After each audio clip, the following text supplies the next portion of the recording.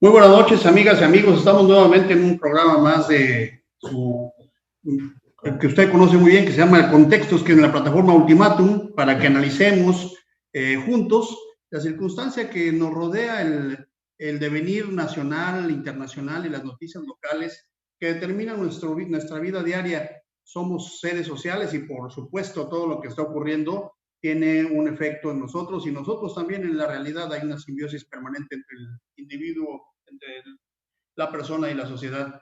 Pues primero de que nada, déjenme darles una bienvenida a mis compañeros que hoy están con nosotros. Ricardo del Muro, ¿cómo estás, maestro? Muy buenas noches. Hola, muy buenas noches.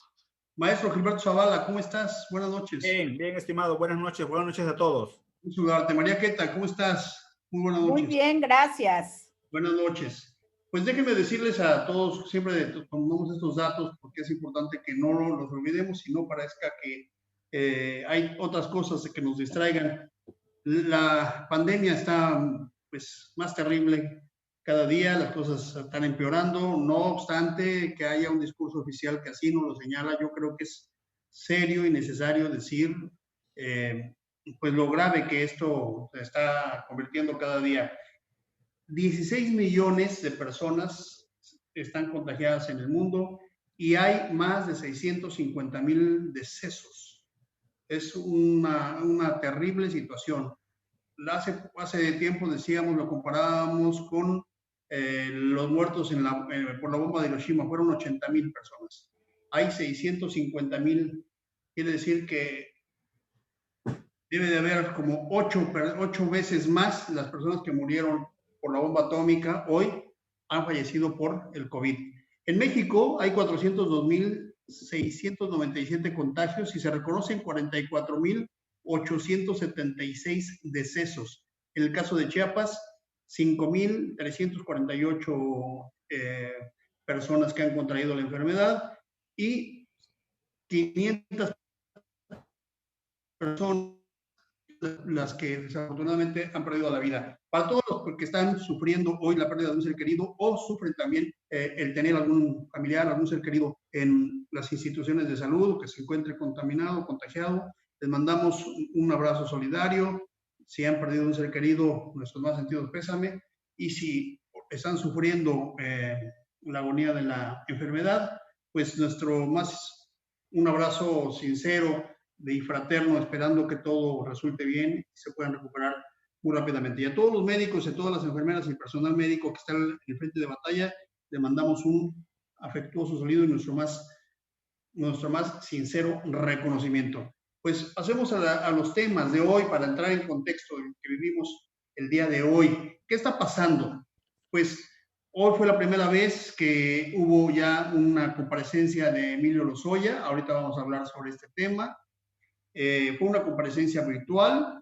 Vamos a desmenuzar qué está pasando y cómo vemos este fenómeno político, jurídico, comunicacional, mediático, etcétera, etcétera. Déjenme decirles a todos también que se han reproducido de manera exagerada también ya los amparos que la gente está interponiendo como parte del derecho a la salud. Quiere decir que ya hay una respuesta jurídica también de la sociedad por la violación de sus derechos humanos. El científico Raúl Rojas, que se encuentra como investigador en la Universidad de Berlín, hoy emite un comunicado donde estima que en México, de acuerdo a una proyección matemática que él tiene y de acuerdo a los datos que la propia Secretaría de Salud ha emitido, en México no hay 44,000 muertos, sino 165,000 personas que han fallecido. Esto en voz del científico Raúl Rojas, y llama mucho la atención porque esta noticia fue reproducida en muchos medios de comunicación. Y bueno, pues es la opinión de un científico que ha llevado un conteo muy, muy estricto. También hay un caso muy interesante, noticias locales. Un médico que por alguna razón atendió a un exdiputado y falleció, ha desatado toda una contradicción, digamos, en el escenario local. Y hoy hubo una marcha, 500 médicos, enfermeras y trabajadores de la salud marcharon para exigir la libertad del médico Gerardo Vicente Grajales Yuca, que fue detenido acusándole de abusos de autoridad. Y finalmente, un tema internacional. Estados Unidos y China cada vez recrudecen más su confrontación. Hace algunos días Estados Unidos clausuró la embajada de China en Houston y hoy China clausura la embajada de Estados Unidos en una ciudad que se llama Shenzhen. Muy bien, pues así estamos en el mundo hoy. ¿Hacia dónde vamos? ¿Qué está pasando? Esto es lo que vamos a desentrañar hoy en Contextos. Los invitamos a que nos sigan y que participen con nosotros. ¿Cómo ves este escenario, maestro Ricardo del Muro? ¿Qué opinión te merece? ¿Y por dónde le empezamos? Bueno, podemos empezar. ¿Qué les gusta de así un repaso general? En el caso de la pandemia, yo insisto en que es difícil tener los números exactos, tal vez porque finalmente, de acuerdo al método de cuantificación y sobre todo las proyecciones matemáticas, no se descarta cualquier cálculo que se pueda hacer sobre el número de víctimas reales y aquellos que está manejando el gobierno. Incluso nosotros como periodistas, normalmente cuando vamos a una manifestación o ante cualquier evento de carácter público, normalmente siempre hay tres cifras, ¿no? Por un lado, las cifras de los participantes que las inflan, que dicen que hay miles cuando a lo mejor son cientos. Está la información oficial, que es una intermedia, y está la apreciación del reportero si estuvo ahí en el evento. Aquí creo que es una cosa semejante y creo yo que sería muy conveniente que tal vez el INEGI en el próximo censo de población pues haga una cuantificación, o sea, simplemente agregarle al cuestionario que se hace para ver el número para ver cómo es nuestro avance demográfico, que en el aspecto de defunciones, pues se le agregue si la persona que ahí en esa familia hubo algún deceso, y creo que así más o menos tendremos un acercamiento real sobre el número de víctimas.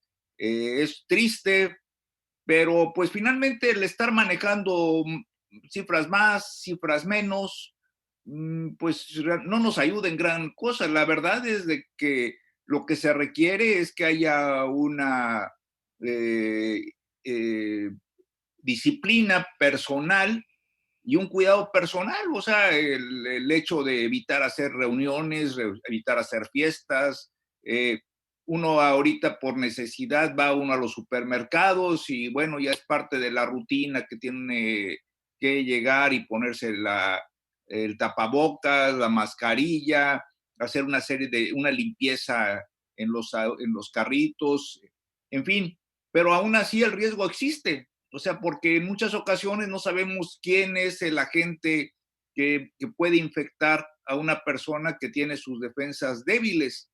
Y eso lo vamos a tener hasta que no exista la vacuna. Ya lo habíamos comentado la vez pasada que afortunadamente hay avances en ese sentido. Muy bien, maestro Ricardo Muro. Pero, sin embargo, por supuesto que todos tenemos que cuidarnos, es una responsabilidad de cada individuo, cada familia, cada ciudadano. Sin embargo, hay una responsabilidad cuando se trata de temas sociales, es una responsabilidad del Estado.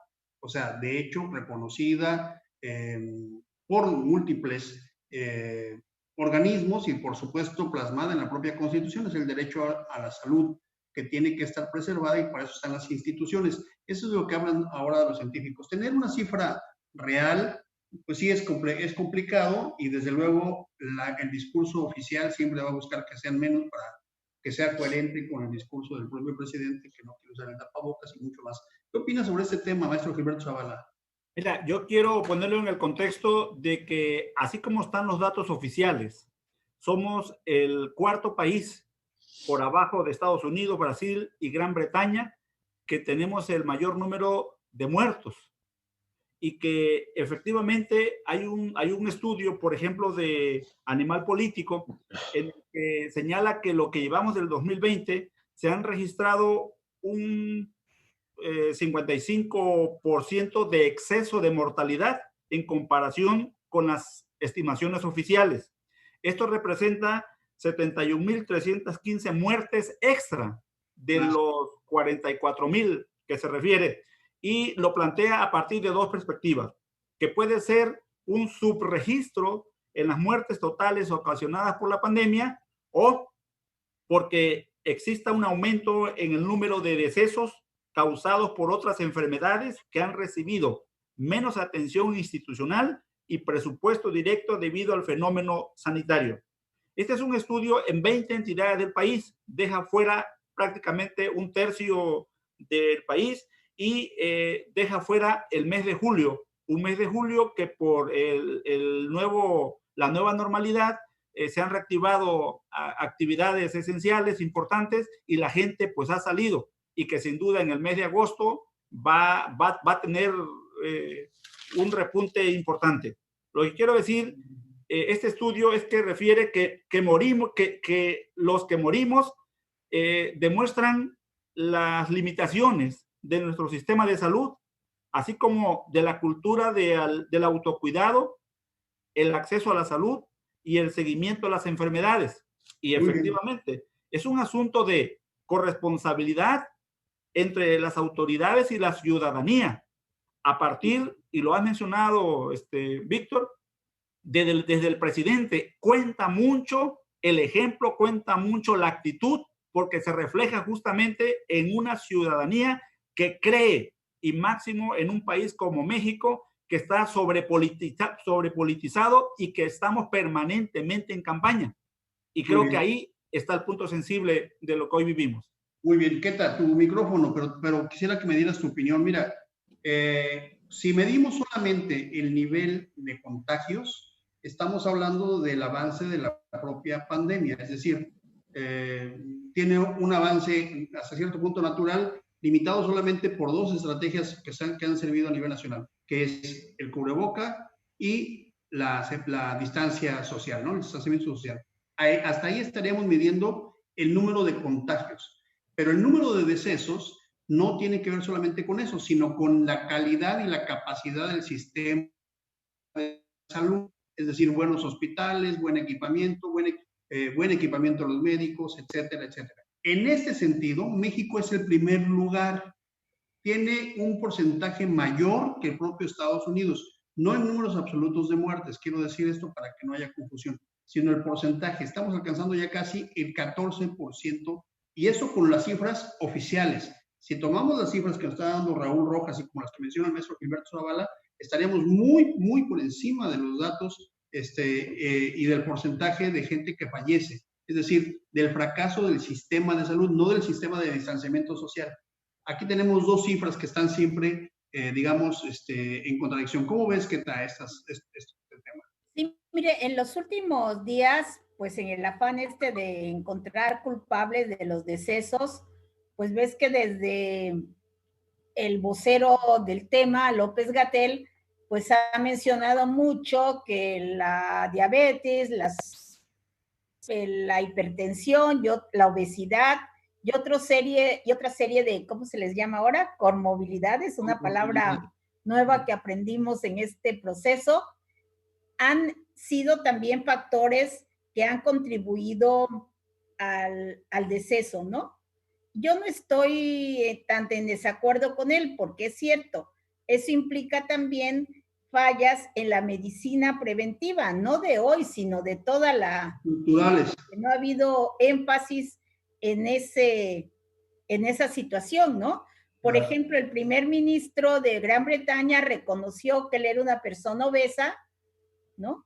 Y que le había ido mal durante el proceso del COVID. Y hoy en Gran Bretaña hay una campaña inspirada en ese tema de combate a la obesidad. Amigas que son nutriólogas me han informado que actualmente muchas mamás han llevado a sus niños con obesidad en estos días. Afortunadamente, esta situación tan trágica que estamos viviendo ha servido para darnos cuenta de manera individual de que no cuidamos nuestra salud, de que no tenemos una cultura de salud, de que no asistimos con frecuencia al médico, solo vamos cuando estamos enfermos, y eso no es eso no es el caso, ¿verdad? Debemos estarnos haciendo chequeos permanentes porque muchas enfermedades o infecciones son asintomáticas, ya ahí están, y si las dejamos en un momento estallan y nos pueden causar un problema severo. Creo que esto es una ventana de oportunidades para que de manera individual reflexionemos también sobre nuestras deficiencias de salud, que las instituciones, ¿verdad?, públicas como el ISSSTE, el IMSS, la Secretaría de Salud, pues tengan campañas permanentes, pero que realmente lleguen a las personas, porque eso de pasarte una dieta fría en un papelito cuando tú llegas al ISSSTE porque estás pasada de peso, pues no te conmueve ni te dice nada, ¿no? Creo que debe de haber una forma de hacerle llegar a las personas el mensaje, ¿no? Una buena comunicación en esta parte de la cultura médica, ¿no? Muy bien. Juan Carlos, buenas noches. ¿Cómo están? Yo los vine a ver nada más. No, no es cierto. La verdad es que muy bien, todo, coincido con la opinión de todos. Nada más me gustaría reservarme para analizar el tema de Lozoya, pero nada más quiero hacer una reflexión. Los mexicanos tenemos años discutiendo por qué no ganamos los mundiales. Siempre decimos que fue penal, que fue el entrenador, que fue el árbitro. Pues sí se puede, pero nos quedamos a la mitad. Sí, pero el gran problema que tenemos es que y siempre decimos que el fútbol, por ejemplo, el caso del fútbol, si me sirve la comparación, tenemos que hacer academias, las universidades públicas, privadas, debe haber ligas, o sea, siempre sabemos qué hay que hacer para no volverla a regar, pero nunca lo hacemos. Entonces, si esto no nos sirve para cambiar la política de Estado en materia de salud, en materia de sanas alimentaciones, mejores prácticas, para que tengamos un sistema inmune más fuerte y una sociedad más saludable, pues vamos a quedar en lo mismo. Sí, políticas públicas, como por ejemplo, hace algunos días salió un dato del consumo de refrescos, en donde, por ejemplo, Chiapas, en primer lugar nacional y en primer lugar mundial. Hay gente que dice que porque es religioso, que no es cierto. Hace 20 años la gente no tomaba la Coca-Cola que hoy toma. Antes tomaban pozol con cacao y azúcar, y ahora el consumo es superior en todo el mundo. ¿Cómo llegamos a ese momento y cómo hacemos para salir de eso? Es la gran pregunta. ¿Cuándo vamos a poner una política de Estado? No se trata de prohibir la Coca-Cola, se trata de hacer una campaña de concientización para que la gente se dé cuenta que se está muriendo y que el sistema de salud en Chiapas no se va a dar nunca abasto, nunca va a haber suficientes médicos, hospitales, si seguimos con los mismos hábitos, ¿no? No, y que se fomente, por ejemplo, el control del agua potable, que también hay muchas veces consumen refresco porque no hay agua potable en algunos. No, es que ya sustituimos el consumo de agua por la Coca-Cola. La Coca-Cola es más barata que en todo el mundo. En Chiapas cuesta lo mismo un refresco de 2,5 litros que en Costa Rica una lata de Coca-Cola, por ejemplo. Les digo porque yo he hecho ese estudio, he publicado varios artículos sobre este tema en particular y cada vez estamos peor. He hablado con el director del Hospital de las Culturas en San Cristóbal y me dice, Juan Carlos, es un drama terrible.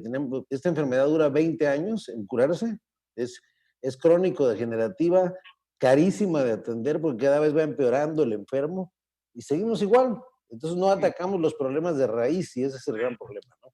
Problemas estructurales. Muy bien. Vamos a seguir. ¿Qué me gustaría ver? Me gustaría ver al Estado con una campaña fuerte de concientización para que no les metan a los niños la Coca-Cola. Claro, y además el control en las escuelas, sobre todo. Pero bueno, exacto. Vamos a seguir hablando del tema de la salud y el tema de la pandemia en los próximos días, seguramente, porque también nos negamos a tocar otros temas y como que naturalicemos la pandemia y no está pasando nada. No, sí estamos viviendo una crisis terrible y hay que seguirlo mencionando. Pero tenemos otro tema, porque también hay otros temas. El caso Lozoya, decíamos, ¿no? Hoy fue la primera comparecencia, una comparecencia virtual. Emilio Lozoya compareció hoy por un delito, hay que señalar. Es el delito de la adquisición de agronitrogenados. No es el delito de lo que se ha hablado últimamente, de la reforma energética, ni tampoco tiene que ver con el Odebrecht, por dos razones. Quiero poner en contexto. Uno, el caso Odebrecht está finiquitado, no se puede hablar más, ganó el amparo. Es caso cerrado. Caso cerrado, no se puede, es decir, no va a haber forma de enjuiciarlo por este caso de overdredge, de tal manera que quitemos eso del agua. Y el caso de la reforma energética, ni siquiera se ha iniciado un juicio. Así es que, por No, lo es que, que, no, es que por lo que está siendo enjuiciado Lozoya es el de agronitrogenado, para ser mucho más precisos, ¿no? Y hoy fue su primera comparecencia virtual. ¿Qué opinas, Ricardo de Muro? Tú dices que sí es un tema legítimo, serio, has sostenido esta hipótesis de lucha contra la corrupción. ¿Cómo ves el caso de Lozoya a esas alturas? Bueno, definitivamente empieza el juicio, ya apareció, es un juicio abierto, a diferencia del pasado en que digamos, chivos expiatorios políticos, los encerraban en la cárcel, se hacían las acusaciones y se quedaban calladitos hasta que volvían a resurgir. Caso concreto Díaz Serrano, caso concreto la maestra Elvester Gordillo. En este momento estamos ante un nuevo sistema jurídico, eso posiblemente Juan Carlos nos los explique, es un sistema ya con planteamientos, el sistema penal acusatorio, y tenemos acceso a lo que está diciendo el acusado. Ojalá y el juicio se lleve adelante sin errores. Creo yo que en lo personal, no creo que el gobierno de López Obrador se haya arriesgado a traer a Lozoya, a armar todo ese ambiente de expectativas ante lo que pudiera decir, para finalmente dejarlo en un pequeño delincuente corrupto de un gobierno en un momento determinado. Yo creo que lo van a explotar políticamente, porque así debe de ser. Tonto sería si no lo hicieran, y creo yo que sí va a llegar hasta niveles bastante arriba. Tal vez no veamos el hecho de que un presidente vaya a la cárcel, pero posiblemente pues sí que sea enjuiciado. Por lo pronto ya tenemos la experiencia de que Luis Echeverría fue enjuiciado en su casita por la edad, pero fue enjuiciado por toda la matanza y toda la lucha, la guerra sucia contra la guerrilla en los 70s. Entonces, creo yo que sería muy sano para el país, para México, poder sentar en el banquillo los acusados a dos expresidentes, independientemente de cualquier cosa. Ricardo del Muro, tú has insistido en esta hipótesis. Yo te voy a plantear esto. ¿Qué pasa? O sea, tú sostienes que sí se va a enjuiciar. No sé si vaya a la cárcel, como tú dices, pero se va a enjuiciar. Es decir, este juicio no tiene sentido y Lozoya no tiene sentido si no llega hasta Peña Nieto. Claro, o sea, sí, por supuesto. No, o sea, sí, o sea, el hecho de que, en mi opinión, aquí, digamos, a mí no me gusta mucho hacer conjeturas sobre lo que pudiera ocurrir, porque finalmente, siempre lo digo, el día de mañana puede venir un terremoto y ahí se acabó Lozoya y los juzgados, ¿verdad? No, pero la realidad es de que sí tiene que ser, o al menos debe de ser uno de los juicios políticos más importantes del gobierno de Andrés Manuel López Obrador. Okay. Igual que en su momento, para cerrar la idea, este tipo de juicios, por supuesto que tienen un carácter político, igual que lo fueron los juicios de Nuremberg, igual que lo fueron los juicios contra los enemigos de Stalin en la Unión Soviética en un momento determinado, los juicios de la Revolución Cultural China, los juicios contra Fujimori en Perú, por supuesto que tiene un carácter político y fundamental.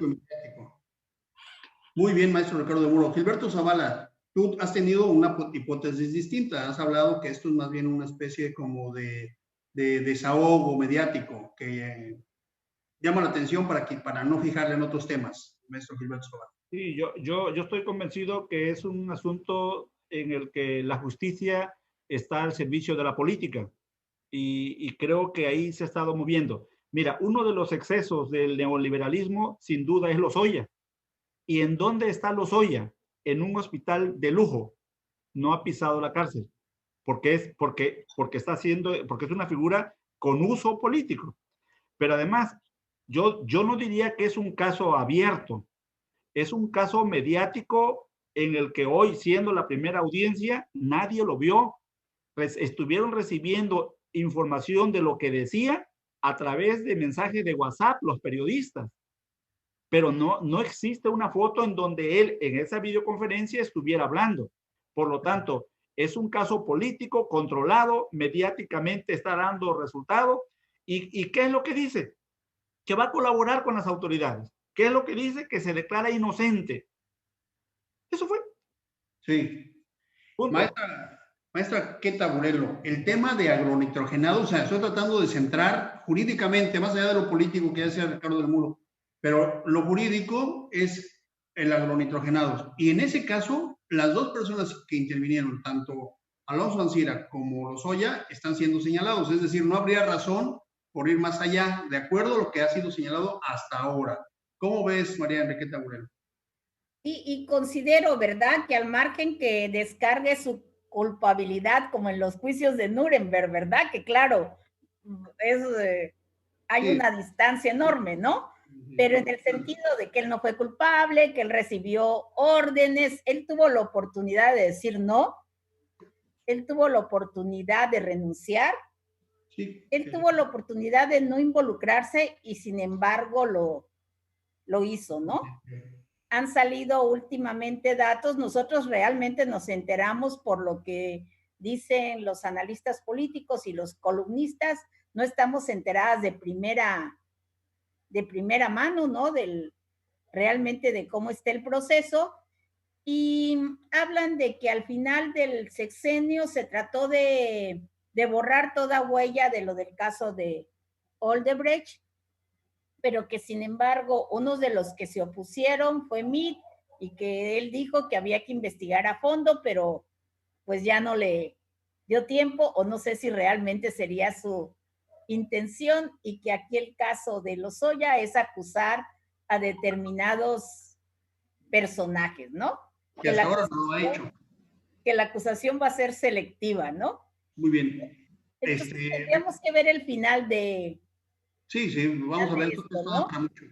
Juan Carlos, tú eres más bien de la idea que también esto ha sido, digamos, como que un juicio muy a modo de los intereses y muy alejado de lo que debería ser el debido proceso, Juan Carlos. ¿Qué nos puedes decir ahora con esta primera comparecencia?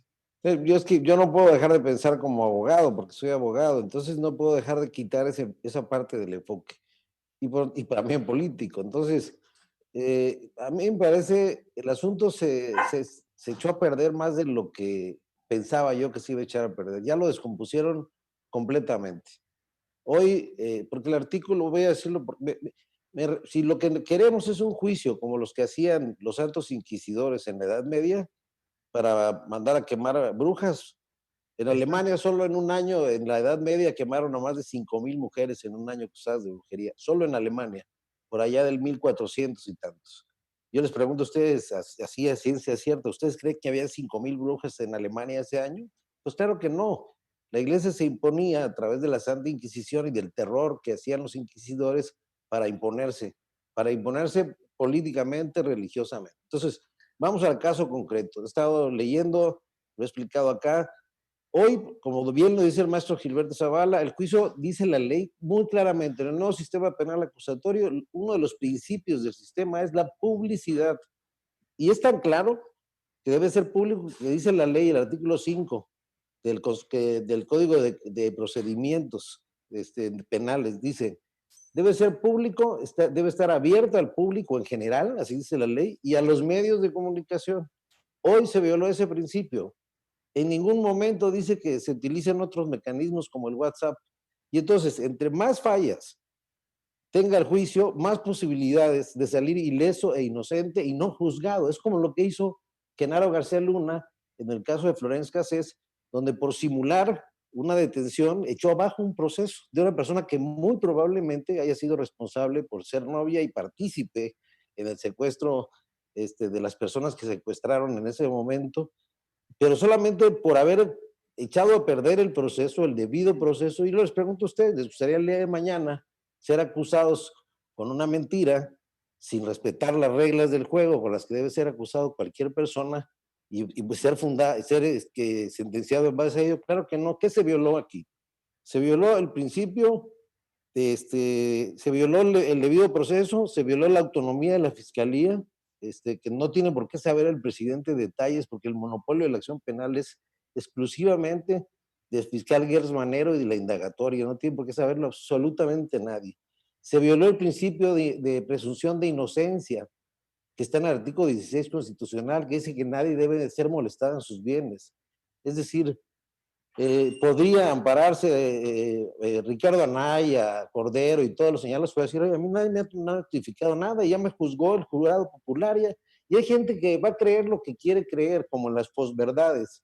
Para ellos, aunque salgan libres, van a decir que son fallas del sistema legal, que hay impunidad, pero ahí les cuento que este asunto se ha estropeado de tal manera que ya sospecho yo que el juez Baltasar Garzón, conocido como juez, ahora ya no es juez, es el que retomó el caso, está haciendo un gran trabajo. Estoy seguro que él filtró la información a la prensa para estropear el caso. El presidente mordió el anzuelo retomando elementos de la indagatoria y en su calidad de presidente haciendo declaraciones diciendo que había videos, y ahora resulta que no salieron con videos, que se declara inocente.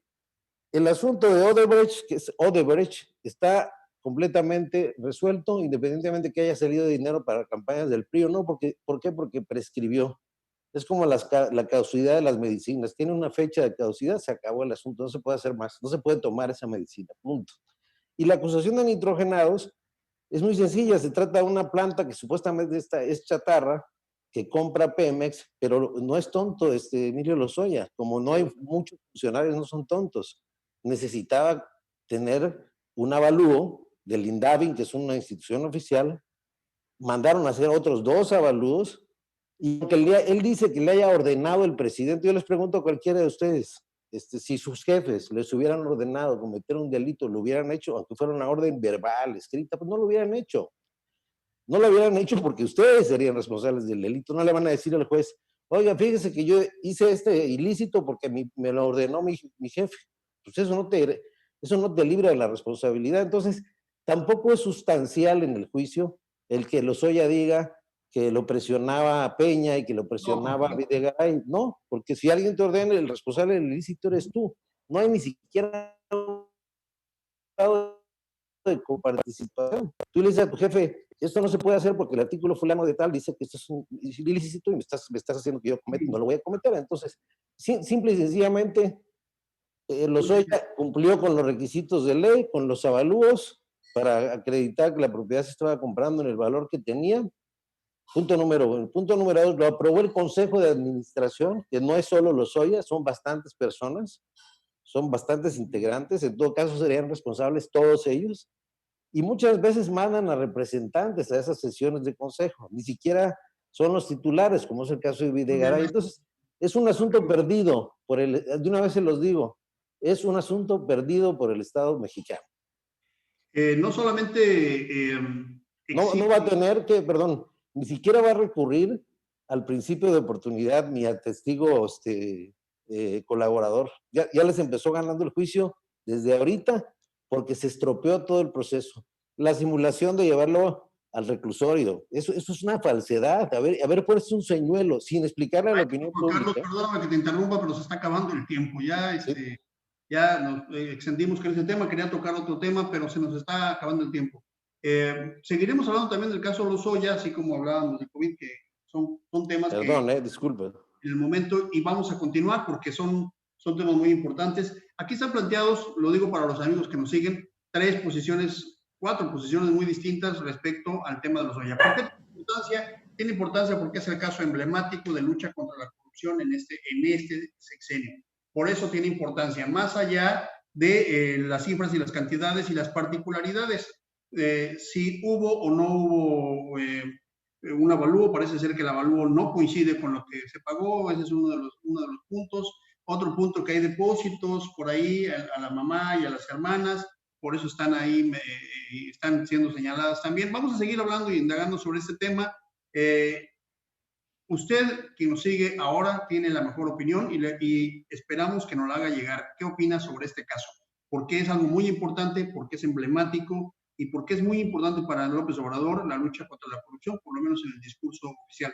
Muy buenas noches, Ricardo del Muro, muy buenas noches, Ricardo Zavala, muy buenas noches, Juan Carlos Carmayor.